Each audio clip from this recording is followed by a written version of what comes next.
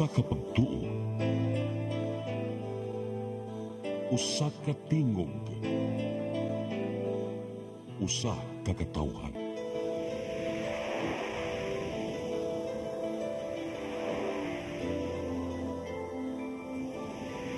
Cebu Catholic Television Network.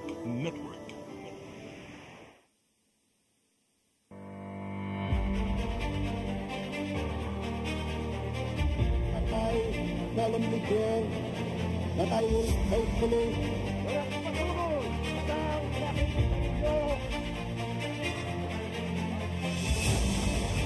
a prosperous and free democracy could be built in the Philippines upon the rules of war, prestige of America, and the American way of life. La más hermosa lección de diplomacia. All this kindness, all this courtesy. They cannot succeed without the support of the people. We cannot succeed without the support of our people. But I was not fighting for lawyers, but for the people.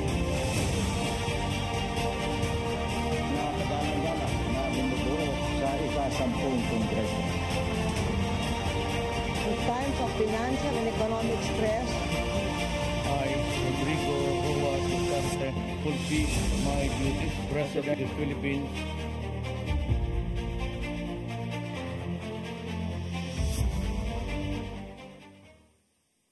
Philippines, good evening. Maayong gabi sa tanang nagtanaw sa ito programang Politics and Beyond. Magandang gabi po sa inyo lahat kung saan man kayong parte ng Pilipinas o ng mundo na nanonood dito sa ating Cebu Catholic Television Network. I am Eric Espina, and today we will have a senatorial who will be discussing with us the national affairs and the results of the events thereto that have been happening, swirling all over our society and more especially our government and our republic. So we're very fortunate again to be able to pick his brain, so to speak, based on his very long experience in government, having occupied 2 cabinet positions. We have former Secretary of the Department of National Defense as well as Presidential Advisor on National Security, Secretary Norberto Gonzales. Welcome to the program, sir. Una ko pong tanong sa inyo, ano masasabi niyo po dun sa General Appropriations Act na naipasa ngayon? There is a pending case in the Supreme Court. Point yan very, very controversial yan. No? Kasi marami naman yan si former Senate President, Frank Drilon, sabi niya, pinaka-corrupt na budget yan. Yung mga dating nasa Finance Department, 2 Finance Secretaries are saying na talagang tinotodo natin ang nako sa gobyerno. And the example, itong GAA nga na pinirmahan ngayon. No? At alam naman natin na isa sa dahilan kung bakit medyo nang simula hindi mapirmahan yung impeachment ang ating Vice President, iniintay na mapirmahan yung GAA. Oo, iniintay nila mapirmahan niya bago nagkaroon ng mas maayos na pirmahan yung mga congressmen. So clearly iniintay nila yung allocation dyan. So tingin po ninyo, no, in your own estimate, you have the President on one side of the executive branch and you have Speaker Martin Romualdez. Do you sense, are they talking or kasi kung titignan nyo po, parang natatandaan ko, President Bongbong Marcos was against amending the Constitution when he was a candidate. Pagkatapos, nailunsan yung People's Initiative. Hindi ho ba? Tapos, pagdating dun sa punto ng Intelligence Fund, si President Bongbong ang nagbigay ng Intelligence Fund, no, sa kay Mahipi Sara. Pagkatapos, it is the Quadcom, the House, that is also investigating it. So, dun sa impeachment, 4 times sinabi ni President Bongbong Marcos na ayaw niya sa impeachment kasi it will divert daw the attention, no? Katulad din sa CONCON. Pero pinagpatuloy ng House. Kami pong nagmimeron. Kayo yung nanggaling na doon, no? I mean, you know what's happening, no? So, sa palagay po ninyo, sa tansya nito, are they even talking or it's just a pure disconnect? Or is it because the President is saying, Kayo bahala sa House, ako bahala sa executive branch. Ako, tingin ko kahit yun, wala eh. Kahit yung kayo bahala sa House. I think the President is hindi masyadong nagpa-function. No? Okay. Kaya it's more the initiatives of people who are close to him. Tulad ng Speaker. Kung minsan nga sila sabi, baka yung Speaker na nagpapatakbo ng Malacanang eh. Other than the wife of the President. So, yun ang general sense. No? Hindi masyadong nag-govern ang ating Presidente. May kasabihan po na you get the executive that you vote for. Package deal yun. Kung yung mayor o yung governor, wag na lang natin sabihin presidente, yung mayor at governor malakas uminom, ay yung kandidato, pag upo niyan bilang governor or mayor, malakas din uminom yan. Most likely. Tapos kung kandidato, malakas magmura, nanalo ang governor at magmumura din. Sa palagay niyo po kay President Bongbong Marcos, what is part of the package deal? Na he just looks at the bigger picture without really going to the details? Yung administrative style niya po, palagay niyo, executive style? Ang hirap, parang walang pattern, no? Kasi it's more na mas absent kaysa present sa mga activities. Kaya yung kung titingnan mo yung policy direction ng gobyerno is more coming from the Speaker of the House. Halos doon nabubuo yan. Ngayon yung pattern ng appointments, hindi mo rin makita kung why are certain personalities being appointed, for example, in different departments. Parang hindi rin siya yan eh. Tapos, ang nakikita naman natin kay Presidente, ito yung magsasalita si Presidente, a day after may magko-correct na eh. Okay. Kinukorek lagi yung sinasabi ng Presidente. Then after that, wala na.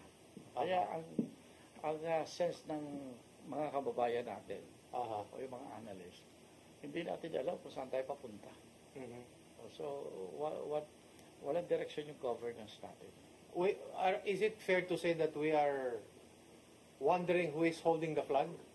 Is there only one person holding the flag, or there are so many flags na hindi natin alam kung sino susundan? Alam mo, it's not that we are wondering. Ayaw lang natin magsalita. Ayaw lang natin magsalita. Pero in general, people know kung sino may hawak ng flag. Sa Malacanang, sa House, alam na taong bayan. We'd like to know it from your perspective, Mr. Secretary, no? You're running for senator now. Sa panahon po ni GMA, something like this would not have happened.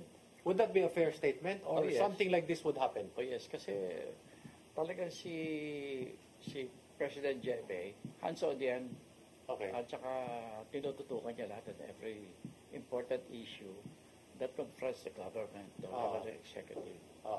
Nung panahon pa na yun, hindi masasabing kaibigan ni GMA ang Kongreso. Hindi lang Kongreso, yung civil society in general, kalaban pa ni GMA. Pero kung yan, maingat si GMA, alam niya lahat ang issue na nangyayari.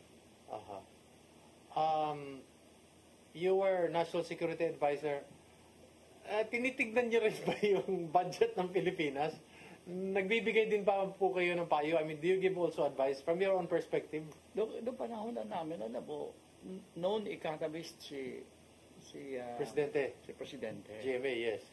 Talagang kung budgeting ang pag-uusapan, mas marami siyang nalalaman sa karamihan sa amin sa capital. So we respect that. Kaya hindi pwede mangyari ito na, for example, nung nagkakaroon na ng controversy ka, sabi ni Presidente, pag-aaralan ko itong budget. Titignan niya. In the first place, sa kanya nanggaling yung budget dapat. Yes. Kasi yung Department of Budget and Finance, yun ang nagko-consolidate ang mga proposals from different departments. Kasali ang Presidente dapat.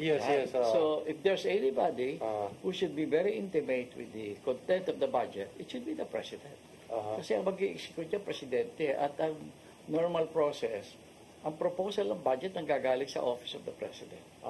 Kaya yung sasabihin mo na para bang ang pinalalabas hindi niya alam kung anong nasa loob ng budget, that's impossible.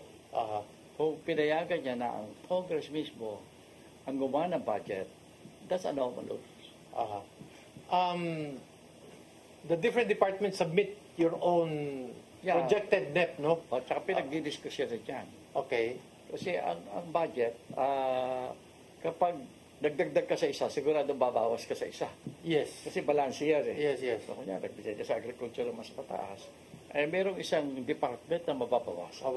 Yes, okay. Ganon yung dyan. Kaya maingat yan. Maingat ang balancing.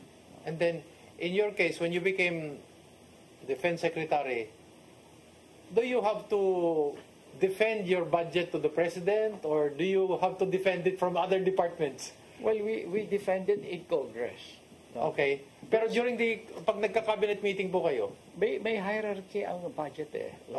Diba? Education Hindi ko lang yung education, ganyan. At saka normally, ang budget naman, ang nangyayari dyan, halos, naka-fix na halos lahat ang ginagamit ng budget every year. So, meron lang percentage na i-increase yung department. Halos sabay-sabay lahat yan.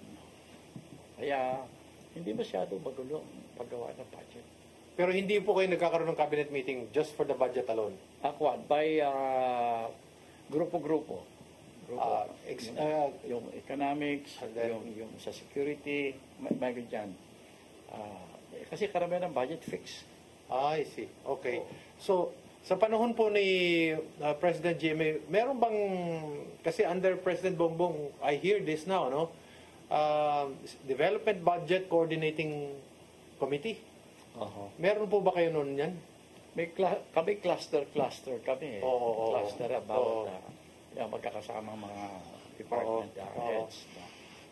Kaya hindi ko naintindihan. The first time nyo nadinig kasi under the president, under the current administration, merong lumilitaw na I think Development Budget Coordinating Committee, or is it a Budget Development Coordinating Committee? Either way, so that became the basis of his signing with AS Bersaminder and the finance, etc. Kaya pinipirmahan niya.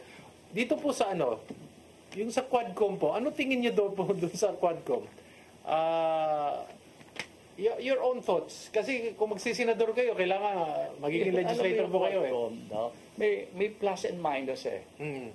On the one hand, ang daming nalaman ng publiko. No? Mga impormasyon na exciting.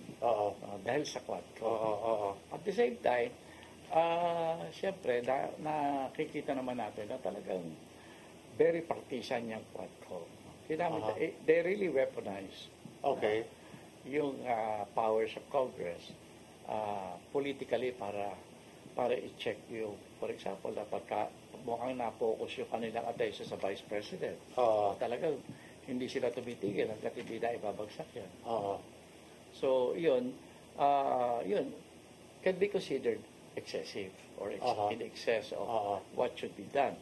Tapos hindi nangyari sa panahon ni GMA po, no? Na pinaano yung Vice President at Chifisto Gingona yata? Hindi lang yung Vice President, the way yung mga supposedly yung mga iniimbita, the way they are treated, masyado.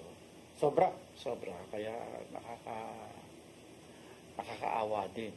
Tinitingnan mo. So, ang nangyari dito, while I think the public is appreciating the information. Alam mo, daming nadidinig ng mga information. Bakit nagtataka sila? Ba't ganun? Ganito. Na-appreciate nila, narilig din nila sa, ganito pala yan. So, at the same time, I think meron ding ill feeling sa mga members ng Quadcom. So magandang tingnan natin kung ilan ang mananalo at ilan ang matatalo dito.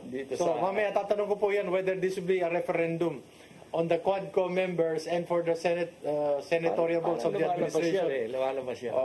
Ang itatanong ko po sa inyo, dito sa Quadcom, yung sinabi niyo weaponized, would it be fair to say it's like a targeted? Oh, yes. Targeted, and then using a term in the People's Republic of China, it's a targeted purging. Purging ang term. Yan, kasi alam mo, kaya ang taong bayan tuloy, nagsasabi, ginaganyan niya yung kunyari, si Vice President. Ay yung gumagawa niya, dapat the same. they should go through the same process, no? Kasi, Ang mga senador po, may ano din yan. May, sabi daw, certification lang daw yung ang sinasubmit din pag may ginagastos eh. kasi ginawa nila yan eh. Ginawa nilang official yun na certification lang ang pag-liquidate ng kanilang mga paggamit ng pera na tinatanggap nila. Oo. Tapos walang magawa ang COA, siyempre, because co-equal dahil legislature, no? Oo.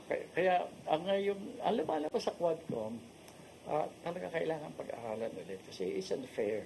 Yes. Unfair to some people.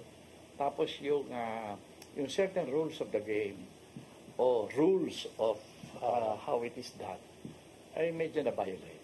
Tapos panay po, cite in contempt. Hindi ho ba parang default system na ng Kongreso yung palaging I'll cite you in contempt, palaging ganyan na lang? Pananakot yun. Okay. Pananakot yun. At saka nakakaawa din naman yung iba na you end up ruining your reputation. Kaya makatawag ka pa lang niya, kinakabahan ka na. Oo. Ito na nangyari tuloy eh. Oo. So it's no longer finding mga important inputs para makagawa in aid of legislation. Hindi na yan eh. Kumisa, natigil tuloy na mga tao, mga polis. Fiscal. Fiscal, okay. Politics and Beyond will pause for a few reminders. When we get back, we'll go through the slew of list, the impeachment, the views of Secretary Norberto, and then we'll see the INC, and down the line when Politics and Beyond returns.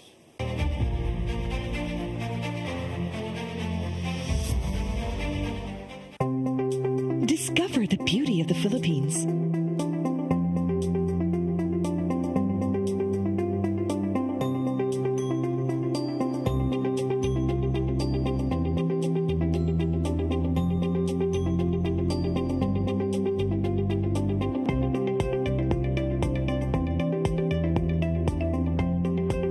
With Philippine Airlines, the country's flag carrier.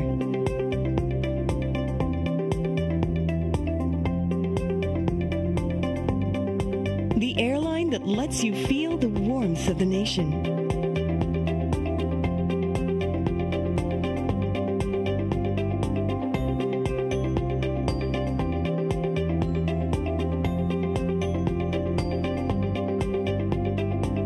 Mabuhay.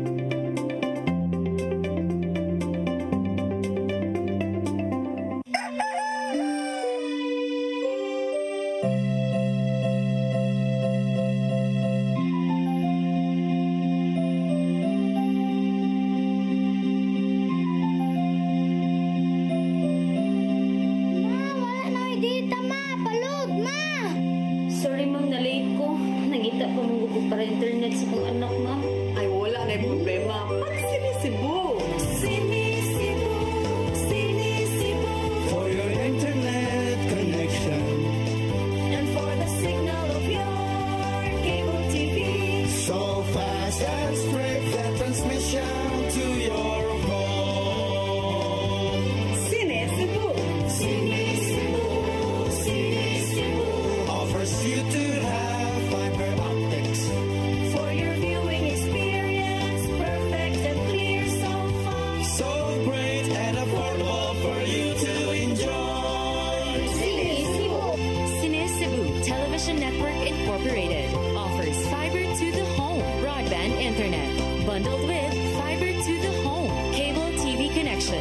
Cebu Television Network Incorporated with its operation in Metro Cebu and the whole province of Cebu soon. And affordable for you to enjoy. Sinisibo.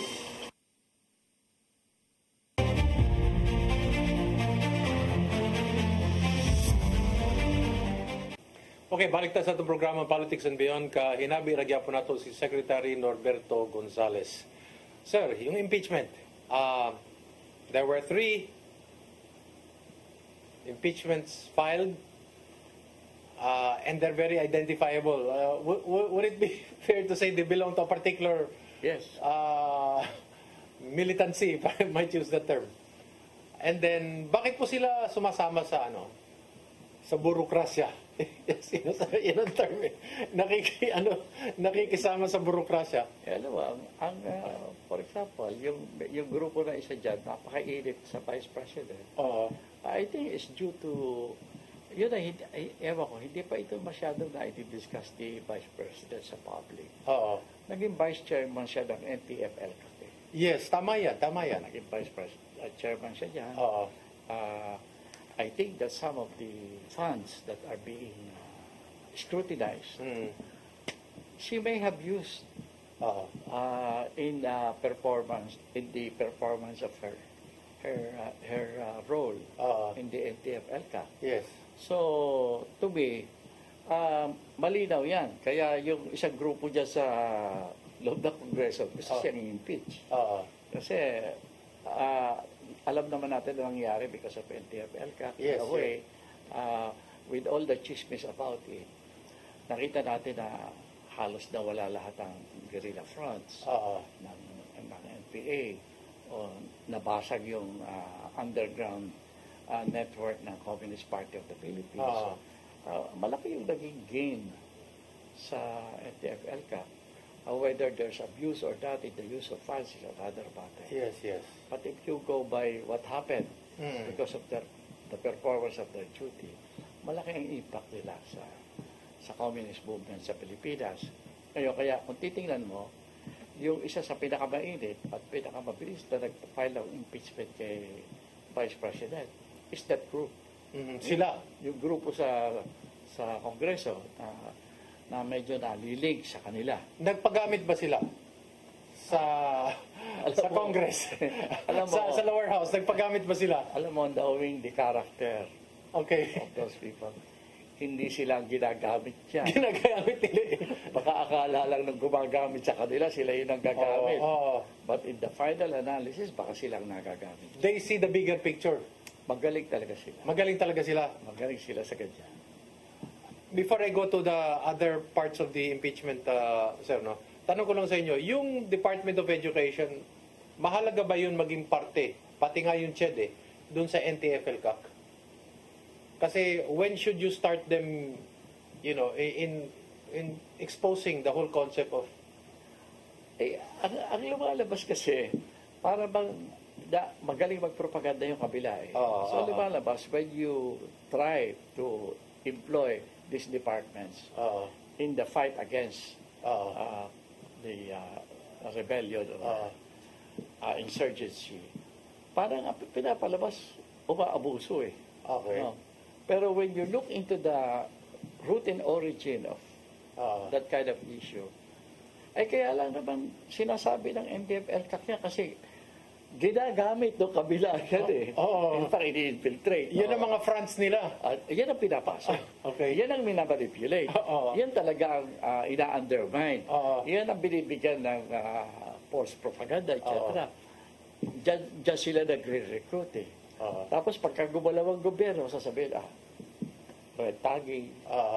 Kaya bakit sila ganyan? So, mahirap Ang nangyayari, ang problema puminsan sa ating national security agencies at saka yung ating armed forces, defensive.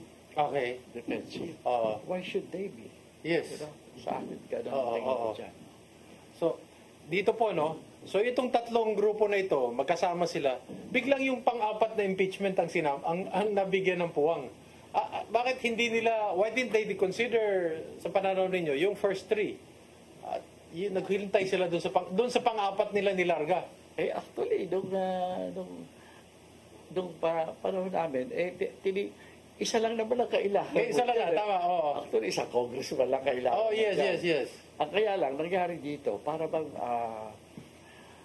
hindi ko masyadong maintindihan yung strategy dito. Pero ang nakita ko, they want to make it overwhelming. Katulad na nangyari kay President Erap na nakakuha ng numbers. Kaya immediately, hindi na dadaan sa debate. Kasi alam mo, may mga tahimik din naman na sa loob ng Kongreso na kapag nagsalita, baka hindi pa patuloy. Yes. May mga, siyempre, may mga magdidepensa rin dyan kay Vice President. Yes. May magko-question din yung mga sinasabi nga ng presidente na baka makaabala, etc. So, haba lang yan. Bakit napabilis po? Bakit napakabilis na napapirma po yung ganong kadaming mga congressman? Sa palagay ninyo, kasi kayo ang matagal sa gobyerno. Nakakatuwa pa nga yan eh. Kasi nag-uunahan pa eh. Meron pa gusto kumabol eh. Okay. Overwhelming na. Ibig sabihin, sir, parang nagtatatalon, naglulupasay. Kasi, alam mo kasi, nabalita eh. Na merong ang chismis, alam mo, talaga naman kung ikaw ay congressman, ang talagang, ang kapalit ng iyong firma ay yung ayuda. Ayuda, yes. Yung isa pa, dalawa yan eh, di ba? Yes, madami. Marami. Tapos, may isa pa ng congressman, nagsabi, 150 million per signature. Kung congressman ka, kahit na hindi para sa sarili mo, iniintindi mo yung constituents mo, bakit hindi ako sasali dyan? Kasi sa loob dapat ilang araw, no? You have to consult your constituents, your lawyers, and then before you vote. Ito parang agad-agad, nandiyan na, pirmado na kaagad eh. Ang problema, palagay ko, ang akala ng marami na ang bilis, ang sinasabi ng lahat, ibig sabihin nakausap na Senado tungkol dyan. Kasi the only way that last filing can work is kailangan simulado sa Senado. Dapat iniintay na yan. Hypothetical question. May 3 nang nakahain.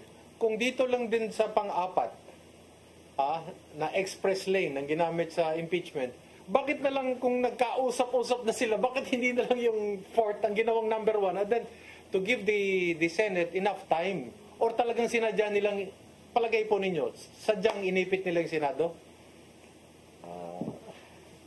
Hindi. Palagay ko, i-assume nila na kayaan nila lahat. Kasi pareho yung budget, pareho po yung calendar ng Kongreso ng lower house at ng Senado. Akala siguro nila kaya nila yung Senado. Okay. Meron siguro, alam mo, sa Senate, hindi mo rin alam yan. May kanya-kanyang interest din dyan eh. So, with that impeachment po, ito lang, babanggitin ko lang po, pinagtataka din ng iba, si Marcos Barba po hindi pumirma. And then may isa pa po, si Toby Tiangco. Si Toby Tiangco po, baka alam niyo po, is married to the niece of the First Lady Imelda Marcos. No? Hindi rin po siya pumirma. So, nakapagtataka lang. I mean, it is siguro food for thought and food for suspicion, no? Whichever way you want to look at it. Alam mo, mahirap kasi maghusga. No? Pero alam mo, ang tingin ko, yung dominant na naging reason bakit nagpirmahan ay dahil doon sa matatanggap. Okay. Meron namang mga tao na, bakit pa ako sasali dyan? Hindi ko naman kailangan ng tumanggap. So ano naging epekto ng INC? Sabi daw noon nila, napakarami pong nagsama-sama, Iglesia ni Cristo. I'm sure, I'd like to think even the group of Pastor Kibuloy also joined in. And yung mga sa Bisaya pa, yanong katauhan, apilog kuan po, protesta. Why weren't they moved by the vast crowd that assembled? Alam mo kasi, iba-iba ang mga ang anticipation doon sa gagawin ng Iglesia. Maraming mga grupo na sabi nila, baka itong gagawin ng Iglesia, ito na yung iniintay nating tipping point. Okay. Sumali na tayo dyan. Okay. Maraming sumali dyan because of that. Akala nila mag-people power, parang ganyan. People power. Okay. Hindi pa rin siya. Hindi naman pala people power. Kaya maraming, tapos yung mga, alam mo, yung sentiment ng taong bayan natin sa nangyayaring kaguluhan, sa kadumihan ng politika natin, sa dami ng corruption. Gusto nila na may pagbabago. Kaya nung nagsimula ang Iglesia, kahit Iglesia lang yan, ako masasabi ko ngayon na nakakuha talaga ng sympathy ang Iglesia sa people in general who wants to see change happening in the country. Kaya dami nang sumali dyan eh. Kaya po nabanggit ko kanina, yung naitanong ko sa inyo, yung ano yung dynamics between the President and the lower house, the two cousins who are actually related to each other. Pagkatapos, ito yung Iglesia ni Cristo, sabi, we will protect the President. We will stand by the President saying he does not want impeachment. Pero hindi pa rin nakinig yung Yung lower house, bakit? Alam mo kasi, yung mga sinasabi ng mga ganyan, pang-kwan yan pang public consumption yan. Pero, titingnan mo, bakit ang mga politiko takot sa iglesia? Okay. Bakit? Kasi they deliver votes. Black voting. Black voting sila, kontrolado nila yung boto. Pero ang problema ngayon, hindi natin masasabi na yung control ng boto, yung black voting, ay as significant as it used to be. Okay. Kasi there are other ways of obtaining votes na black dead. Kung papakinggan mo kunyari sila General Rio, yung grupo niya. Talagang may nangyayari na very effective cheating in our electoral process. Okay. So yung pinapanakot ng Iglesia ni Cristo. May pagkabaritesto. Okay. Okay. Yung pinapanakot ng iglesia na pag hindi malulusaw dahil dito sa sinasabi ni General Rio, para sinasabi niyo ganyan. yun ang ibig sabihin bakit pa ako total bayaran din, nagbabayad din kami sa iglesia, sorry to say. But this is what people are saying. Siyempre, manunuyo ka rin, magbibigay ka din ng regalo niya. Doon sa kabila, baka mas sigurado Okay. Kasi may nagbebenta rin Imagine, hindi ba mas reliable yun? Yung Comelec po, parang... Yung Comelec mismo. Comelec. Sinasabi na, dyan na lang tayo makipag-usap. Diyan na lang tayo magbayad. Dyan tayo magbayad. Yung sistema po, wala na po yung dati yung Smartmatic. Alam mo, hindi natin pwedeng sabihin wala na yung Smartmatic. Okay. Naging Matic na lang po. Smartmatic is just one brand, no?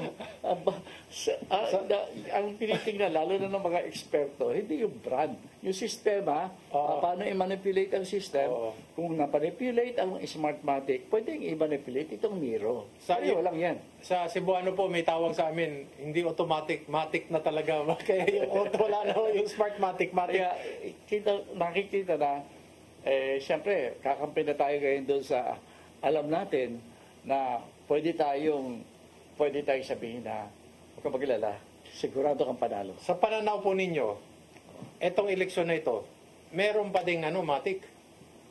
May natirang matic, hindi na Smartmatic, may matic pa rin. Palagay ko. Meron pa din, actually, yan ang pinag-uusapan. Okay. Kaya nga, nawala ng effect nawala ng bisa, yung laki ng manifestation ng suporta ng iglesia. Okay. Dati, kinakatakutan yan. So, you have to ponder and ask. Na iglesia. Ngayon, gumawa na ang listahan ng iglesia. Okay. Lahat ng nagpuwerba ng impeachment, pinaghahanda ng iglesia. Tututukan nila. Yeah, yes. Despite that, tuloy pa rin ang impeachment. Matapang pa din. Bakit? Kasi sa politiko natin, pinaka-importante, sino ba magpapanalo sa akin? Yun ang yung sistema ang magpapanalo. Magpapanalo sa akin. Kailangan kumampi tayo doon sa magpapanalo sa akin. Nabanggit ko nga yung Comelec, sir. Mamaya sana, kung may time pa tayo. Nagtaka ako, bakit nagmowa sila sa TikTok? Binaban na sa India and 300 apps by People's Republic of China in the US. They want it to be sold to an American. But anyway, yun po, sir, yung tingin nyo dun sa Senate impeachment, should they try ASAP? Should it be by June? Tingin nyo, or ang ginagawa ni Senate President Escudero is, let's throw it to the people so that based on the outcome of the election, this will be a referendum on which side we should be on. Could that be another view of it? Alam mo, if we go by the impeachment that have succeeded, no? Nung nag-succeed yung impeachment, for example, kay Chief Justice, Corona. Negosyasyon yun Okay. Kasi hindi naman talaga merits ang tinitignan sa... It's a political act, it's a political process. So, siyempre, ang magdo-dominate dyan sa process, sa ginagawa na yan. Ano ba ang objective ng impeachment? Kung nasaan ba ang Senado? Kung kakampi pa sila sa administration, or they will like to show some degree of independence. Pero, partisan yan. Will the outcome of the 2025 Senate elections be a referendum on the factions that are now at loggerheads with each other? Alam mo kasi, parang iba yung mundo ng mga politiko natin eh. Okay. Iba yung mundo ng politiko, iba yung mundo ng taong bayan. Sa taong bayan, they do not like the quarrels going on. Yes. Gusto nila either magkasundo yan o magkaroon na tayo ng, tignan natin kung sino talaga mananalo dyan. Kaya ang nangyayari tuloy sa taong bayan, nanonood lang muna yan.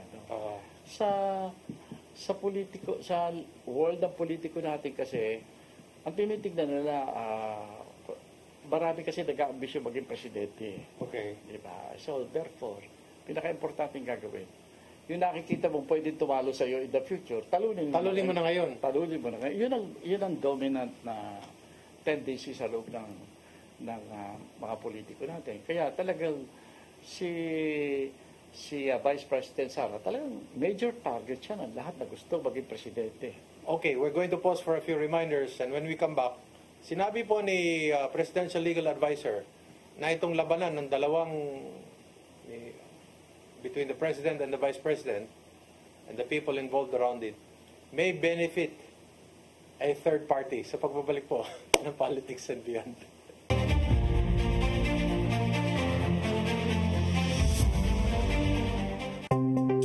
Discover the beauty of the Philippines.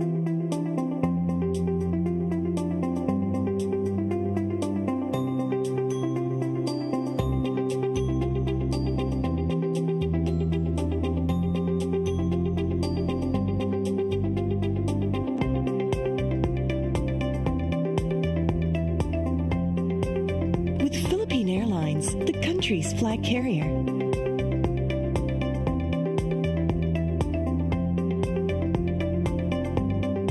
The airline that lets you feel the warmth of the nation.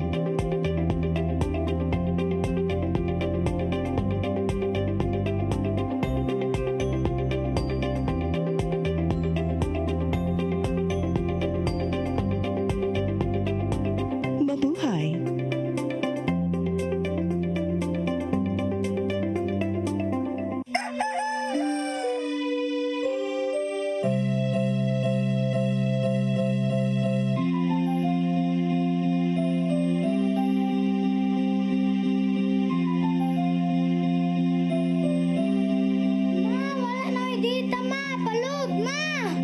Sorry ma'am, na-late ko. Nangita pa mong gusto para internet sa kong anak ma'am. Ay, wala na yung problema. Pag-sinisibo. Sinisibo. Sinisibo. For your internet connection. And for the signal of your cable TV. So fast and straight that transmission to your home. Sinisibo. Sinisibo. Sinisibo. Offers you to have fiber optics.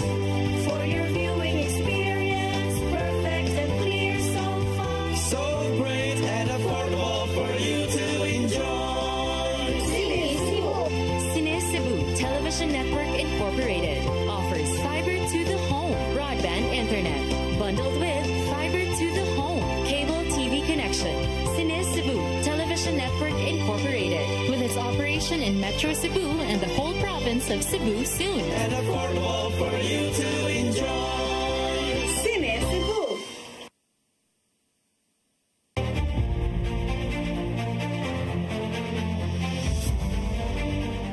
Okay, you're back with us in Politics and Beyond. We're still talking to Secretary Norberto Gonzales, and we're picking his brains based on wisdom and experience, and he's a senatorial candidate. We need to hear his voice. Sabi po ni Presidential Legal Advisor Juan Ponce Enrile na yung bangayan po ng Presidente at Vice Presidente, there are third parties who will benefit from it.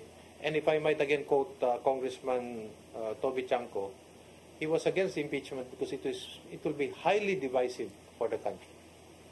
Well, yung divisive, talagang divisive yan. Lalo ngayon, kasi there is no, kaya nga problema natin eh, dahil, for example, hindi pwede magkaroon ng regime change right away kasi yung sentiment ng tao divided. For example, si Vice President may be popular in the Visayas and Mindanao, but he's really losing popularity in Luzon. Kaya kung hindi, lalo na Luzon important kasi diyan nangyayari yung bakbakan. Eh kung hindi universal yung acceptability ko yan, succession si Vice President Sara dapat na constitutional successor. Pero hindi universal lang gusto sa kanya. Okay. There are certain tendencies na ayaw sa kanya. Okay. So, ang nangyayari dyan, kaya at titignan din natin na yung covertly or overtly helping in the removal of the Vice President as an option for 2028, hindi lang Duterte and Bongbong forces yan. Marami nag-aambisyon maging presidente. Kung mga 5 factions, kung mga 5 grupo lang, meron yan na talagang tinitignan na dapat ibagsak si Vice President. Will the Tulfos be a power block to contend with in 2028? You will have 3 Tulfo brothers who will be senator. In fact, this will be the first time in the history of the Republic of the Philippines where you will have 3 brothers who are senators. Will they be? They are. Okay. They are. Are they presidentiable and vice presidentiable? I think so. Next. Kasi sila talaga ang pumuporma niya. Pero, ang masasabi ko lang, ang mga Tulfo hindi sumasali sa squabbles. Kasi very, very confident sila sa popularity nila sa taong bayan. Okay. Kaya mga Tulfos, sa tingin ko, ang issue sa kanila yung dynasty. Hindi kakayanin din, no? I'm thinking just extremely. President Tulfo, Vice President Tulfo din. Eh, hindi naman siguro ganun kahina ang mga Tulfos, no? Okay. I mean, siyempre mag-iisip din yung mga Tulfos. Masagwa naman masyado. Masyadong ano? Okay. Masyadong masagwa. Nabanggit niyo Sila yan, no? mismo ang medyo mag-iisip dyan. Magpepreno. Eto ngayon, merong mga lumalabas. They want to remove Vice President Sara Duterte in order to open up the vacancy and so that the President can choose a successor the way GMA chose Senator Chofisto Ginggona. If you have any idea who you think will be chosen or will it work? I will confess to you. Mayroong binanggit sa akin pangalan na tingin ko pwede. Nakalimutan ko lang. Talaga? Baka maalala ko mamaya. Na inilipat na pwedeng maging Vice President. Good choice. As Vice President. As Vice President. And ang lumilitaw po, ang lumalabas si Speaker Martin Romualdez po. Eh, masagwa yun. I do not think that they will do it. Okay. Kahit ganyan sila, yung mga ginagawa, may mga kanya, may nagpaplano talaga dyan. No? Okay. So, gagawin mo Vice President yung first cousin mo. Yes. At saka yung reputasyon ng ating speaker ngayon, medyo kung bumababa ang rating ni Vice President, bumababa ang rating ni Speaker. Yung hindi nyo po matandaan ngayon, senador ba o congressman? Alam mo na kasi it has to be senator kasi by the process of choosing, kailangan senador muna bago congressman. Eh. Hindi, senator or congressman, pwede. Okay. Sa usapan dyan. Okay. Pero alam mo, nung masabi sa akin yan, nasabi ko pwede. Pwede. Magaling. Kasi hindi siya magaling. Alam mo, para hawakan mo yung kasi oras na nag-vice president ka, nasa linya ka na ng succession. Succession, yes. O ang tinitingnan dyan yung possibility of you becoming president. Hindi rin pwede, hindi naman si Gibo Teodoro din. Wala si Gibo. Wala sa no? Wala sa constellation. Hindi siya pwede, hindi siya senador. Yes. So it has to be a senator or a congressman. Okay, we'll just look at the nakalimutan, interesting yan. Yung sa ayuda politics po. Kasi uso na po yung ayuda politics eh. Ano tingin nyo? Ayuda, AX, alam mo kasi, AIPS, ano pa, ang dami. Ang hirap magsabi na ibawal yung ayuda. Okay. Dahil talagang marami sa kababayan natin ang nagugutom. Oo. Kahit na 500 yan, kahit na 1,000 yan, nakakatulong yan. Okay. No. Pero of course, yung proseso dyan, alam naman natin ang talaga nangyayari dyan. Okay. Na kung nagbibigay ng 1,000, baka 10,000 ang kupit dyan. Okay. No? Kaya alam natin yun. Alam natin yung kanyang proseso. Kaya talagang mahirap magsabi na dapat itigil yan. Ang dapat lang natin sabihin, siguro may period na pwedeng magbigay talaga tayo ng charity Pero dapat nandun ba ang senador at congressman habang nagbibigay? Yung proseso na yun. Or pwede silang pumili kung kanino ibigay? Hindi ba dapat ang department yan? Yung ayuda as a concept ng pagtulong para charity, mahirap ibawal, sabihin natin ibawal yan. Pero kung paano ibinibigay yung ayuda, sino nagbibigay ng ayuda, that will be subject to a lot of debates as you are trying to be. Bakit ba kailangan may senador dyan? Kasi ang tingin kasi nga natin sa ating political system, sobra ng corrupt, sobra ng abuso, kaya huwag dapat isasali yan. Pero paano mo hindi isasali yan? Kasi makukorrupt din yan. Eh, sigurado ko. Ngayon sinasabi yung ayuda corrupted. Okay. No? At saka isa pa, yung ayuda kinukuha natin sa inuutang natin. So hindi productive yung pera. Si President Rodrigo Duterte was here recently on an indignation rally. May nabanggit siya na may plano daw si President Bongbong Marcos na mag-declare na martial law, or these are already steps toward the pseudo dictatorship. Your own perspective, I mean, National Security Advisor, Defense Secretary. Kung susundin mo yung kagustuhan ng ating presidente at yung mga talaga nakapaikot sa kanya, siyempre gusto nila emergency rule. Okay. Kasi kinakabahan na sila na matatanggal sila eh. Ngayon, kung titignan mo yung mga puwersa na nakadikit sa Pangulo at saka yung sa kanilang clique. Oo. Eh, ang problema nila dyan, hindi sila sigurado sa armed forces. Okay. Sigurado. Hindi insulated ang armed forces po, no? It is a thinking organism. Mahirap mong sabihin na hindi loyal yan. Kasi siyempre, una, chain of command. Yes. Tapos, magaling magregalo ang presidente natin. Yes. Alam mo, but historically speaking,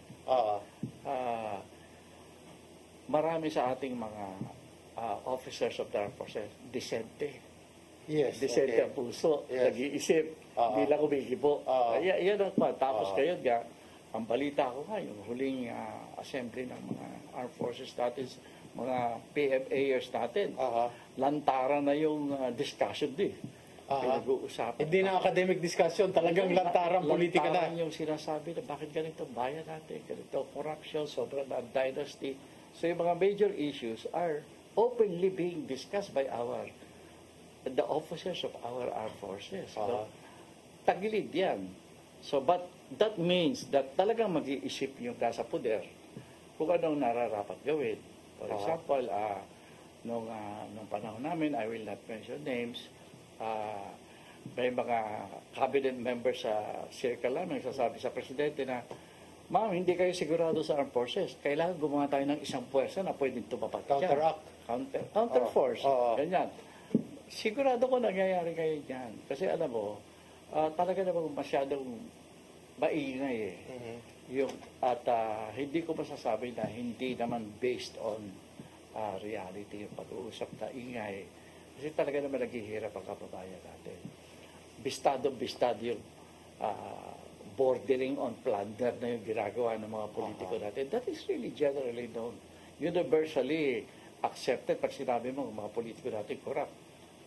Halos lahat ng taong bayan, totoo yan. Kaya sa Senado po alam na merong pork barrel 200 million or ngayon 250 million. Ano ho solusyon dito? Alisin? Kasi pag siguro maraming senador ang hindi tumanggap ng pork barrel, baka mapahiya ang Kongreso o magkahiyaan ano tingin po ninyo? Kasi yung pork barrel, parang pagbibigayan sa legislative. Kasi in general, dapat ang execution ng mga programa sa executive. No? Pero para lang wag naman sila masyadong bigado. Binibigyan mo ng konti. Okay. Ngayon, hindi na konti ang bigayan. Malakihan na. Malakihan na, tsaka hindi. Masyadong, I think this has not really happened in our country's history. Na talaga ang nagdidetermine ng pati sa level, yung budget, hindi lang yung in-approve yung budget. How the budget will be spent. Pinapakialaman na ng legislative. In fact, they're dominant in that kind of process. Kaya talagang Highly influenced po ang tingin po ninyo, ha? Wala talaga. Wala ka nang say. I don't know what the executive will do, no? Ito po, itatanong ko po sa inyo, no? You're running for the Senate, and then wala na po tayong two-party system. So, naging multi-party system tayo, may mga party list tayo, pero napapansin ko, nung two-party system, hindi masyadong maraming dynasty. Ngayon na 200 plus na po yung mga partido natin, kailangan maging sikat ka. Kailangan maganda yung partido mo. So, is that good for our democracy? Because I see a lot of good leaders, kayo po, one of them, and kailangan maging sikat ka Kailangan nandun ka sa TV, nandun ka sa... Anong katuturan po ng ating demokrasya kung magiging parang star magic lang ito? Sa katotohanan lang, talagang hindi na nagpa-function yung what we call democracy. That's not functioning anymore, specifically when it comes to choosing who will lead us and our people. Kaya, wag mo nang intindihin yung democracy, yung mga sistema na may balanse, wala lahat yan. Ang nangyayari ngayon, nakasentro sa individual politicians. Can you imagine that how can you call this a democracy na mas natatakot sa individual politician kaysa sa partido? So, sa decision making. Ay nagde-decide yung kunyari, binibenta kasi mga political parties. Yes. 2 milyon, 3 milyon, gano'n. For example, nakaranas ako sa presidential campaign. Ang partido ng president natin, Federal Party. Yes. Kailan siya naging miyembro ng Federal Party? Paano siya nagkapartido sa Federal Party? Binili niya lang yun. Kasi he needs a political party when you apply na hindi ka nuisance. There are certain privileges given by the COMELEC when you are in a political party. So, bilihan ng political parties. Pero sino ang nasusunod? Anong say ng political party doon sa kandidato? Wala. Absolutely nothing. Inuutusan lang yan. What kind of democracy is Hindi that? nasusunod yung party platform, yung value system, yung consensus level. Kaya sinasabi ko sana, yung ating pag-condemn sa dynasties, medyo may kaunting labis na rin Kasi alam mo, kung ang mga pamilya, may magagaling talaga pamilya, di ba? Tapos nag-aaway-aaway nga sila. May magagaling talaga. Hindi mo pwede pigilin yung mga yan kung talaga So, and then you will call it as an issue of dynasty. Yes. Ang talagang issue, when a family begins to control the political party in making decisions about politics, about sinong tatakbo, anong direksyon, kapag pamilya na nagdidikta, yan tunay na masamang dynasty. But if there is a political party that accepts 2 or 3 members coming from the same family, sa ibang bansa, okay lang yan. Kasi ang nasusunod talaga yung political party. Yes, dito sa atin, nasusunod yung padre de pamilya. Ang sinasabi daw nila, yung mga malalaki negosyante, imbis na mag-sponsor ng politiko, bumili na lang sila ng partido. Hindi, namimili sila ng congressman. Kasi ang kailangan lang mga big mga capitalists, yung mga permit, importante yan Kaya ang gumagawa niya, kung kunyari mga franchise, kinukuha mo sa kongreso yan. Kaya normally, gumagawa ka ng para kwadra. I know certain rich people na may alagang 30 congressman, 20 congressman. So they have their own little clique. Kanya-kanya yan. Sumusunod sa kanila yan kasi siya nagpopondo sa mga yan. I'll go through the listing, Mr. Secretary. Una, yung mga national security issues. Yung BARM election was postponed. May mga Filipinos who come from southern Mindanao, they happen to be followers of Islam as well, who say na instead of the postponement of BIRMM, dapat i-enforce na raw yung peace process, yung mga pag-aalis ng mga baril ng MILF, yun ang dapat tutukan, hindi yung postponement ng eleksyon. Alam mo ba, kilala mo yung mga ampatuan, Yes. They became very influential in government. Oo. Kasi sila yung one launderer ng pera. Okay. Ika ngayon, kung may mga pera na gustong magnakaw dito sa national, papasa nila sa mga patuan, Yes. ibabalik sa kanila. Yes. Kasi 30, Malinis na 40, yun. Malinis na yun. Ganyan na nangyari sa BARM ngayon. Pati MILF, ganun na rin ginagawa? Ay, sobra. Okay. Ayun, pasakit sa akin magsalita ng ganyan kasi kilala ko yung mga yan. Naging kaibigan ko. Naging kapitalista. Yung naging kapitalista. Yung iba kinakausap ko yan, mag-ingat kayo dyan. Kasi, yung ibibigay na pondo sa inyo, 50% ay ibabalik nyo sa pinanggalingan. 50% ay paghahati-hatian nyo. Paano nyo i-account yan? Ngayon, kung sakasakali, nagbago ang gobyerno, naghanap ng accounting, kayo nag-accounting ng 100%, kulong kayo lahat dyan. Yun ang sinasabi ko sa mga kaibigan natin sa South. Huwag kayong papayag. Iba yung 50% binabawa sa budget nyo, binabalik nyo. Kayo ang gumagawa ng accounting. You're liquidating. You're justifying. So, hindi dapat i-postpone yung eleksyon? Kasi parang bumibili lang ng panahon yung MILF para magpalakas para sa susunod na eleksyon. Manalo talaga sila. Kaya pinupospone nila kasi tingin nila talo sila. Ay, okay. How about yung disarming? Disarming ng mga baril nila? Kasi parang... Yun na nakakapaghinaya. Kasi, alam mo, napakahirap kumbinsihin. Lalo na sa Muslim areas, yung tungkol sa baril. Dumatahin tayo sa puntos na pumapayag na.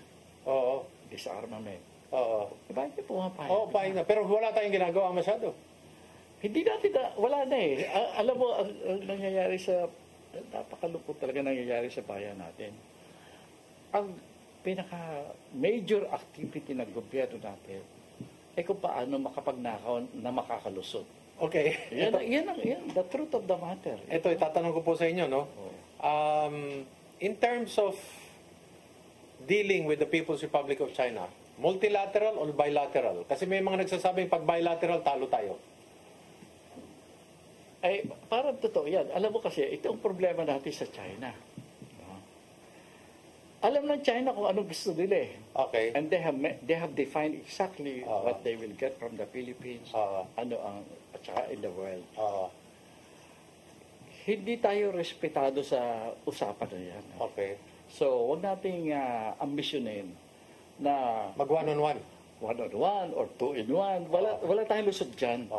Ang pinaka-importanting gawin muna natin dyan, magkaroon tayo ng degree of respectability. Okay. Na pwedeng makaharap tayo. Sa ngayon talaga, hindi tayo pwedeng humarap sa China. At saka, iba yung sinasabi ng China sa ginagawa. Lalamunin tayo ng buhay pag one-on-one. Buhay na buhay tayo lalo. Okay. Ito po, these are...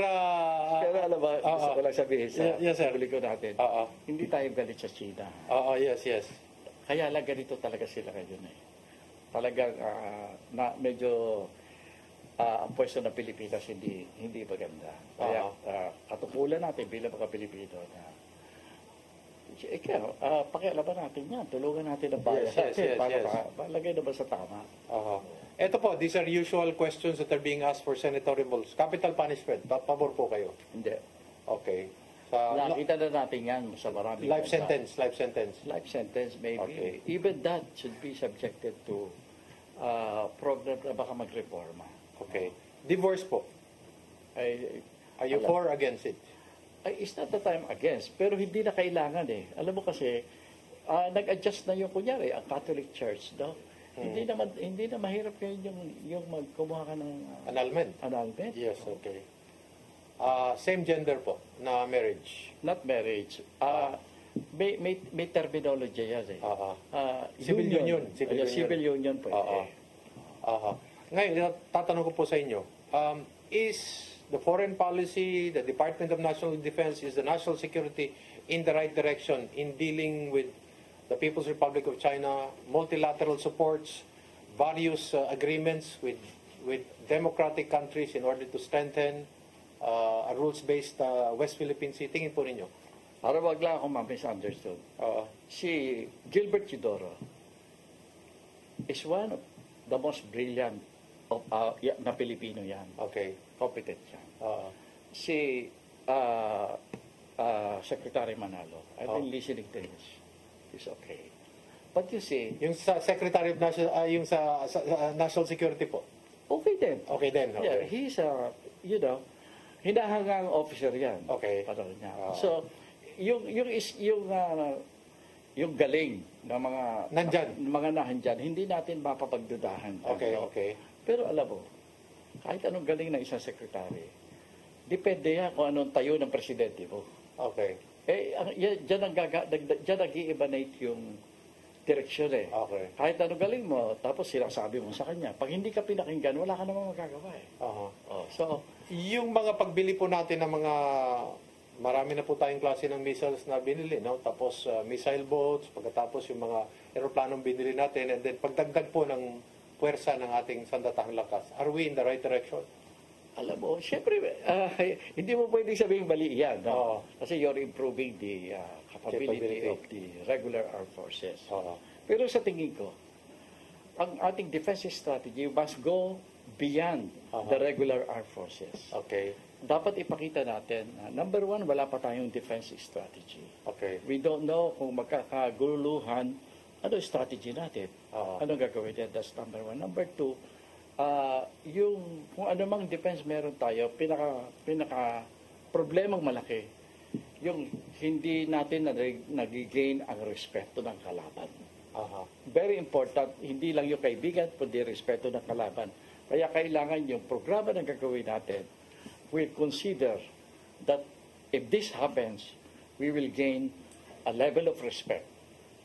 Kasi hindi lang naman putukan at patayan. Mag-iisip sila 2-3 beses. Hindi lang yun. Yung respetado ka, pakikinggan ka. Okay. So makakagawa ka talaga ng solusyon. Mutually acceptable and mutually beneficial to the both parties. Very important yan. Mr. Secretary, naging National Security Advisor kayo. Hawak niyong intelligence network sa bansa. Tingin niyo sa TikTok.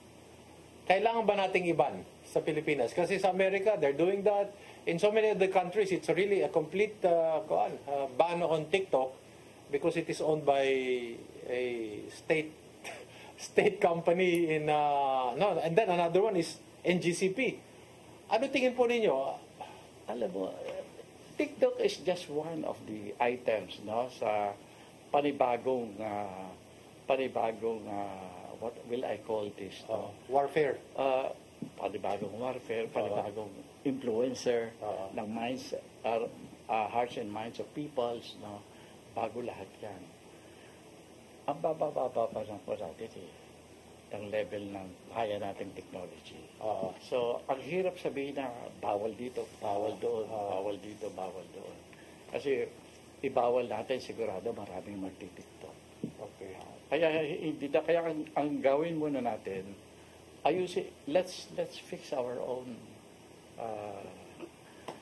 yung ating technology natin. I-fix natin ang sarili natin. Okay. Unang-una, ayusin natin ang sarili natin kasi in the end, pati nga mga kaibigan natin na gusto tayong tulungan. Ito sa TikTok na yun, pwede gusto tulungan. Hindi rin tayo masyado ina-appreciate. Baka sa likod natin, pinagtatawanan pa rin tayo. Kaya kailangan homework muna tayo. Okay. Well, it was a very fruitful 1 hour. At least you were able to get a gleaning of the thinking of Secretary Norberto Gonzales, who is running for senator and is part of the discourse, the national discourse. And it's good to be able to talk to him, and so that it won't just be an echo chamber. We're hearing different voices in order to strengthen our democracy. Thank you very much, Mr. Secretary. Sana po madinig din kayo ng buong bansa. This has been Eric Espina, and this is Politics and Beyond.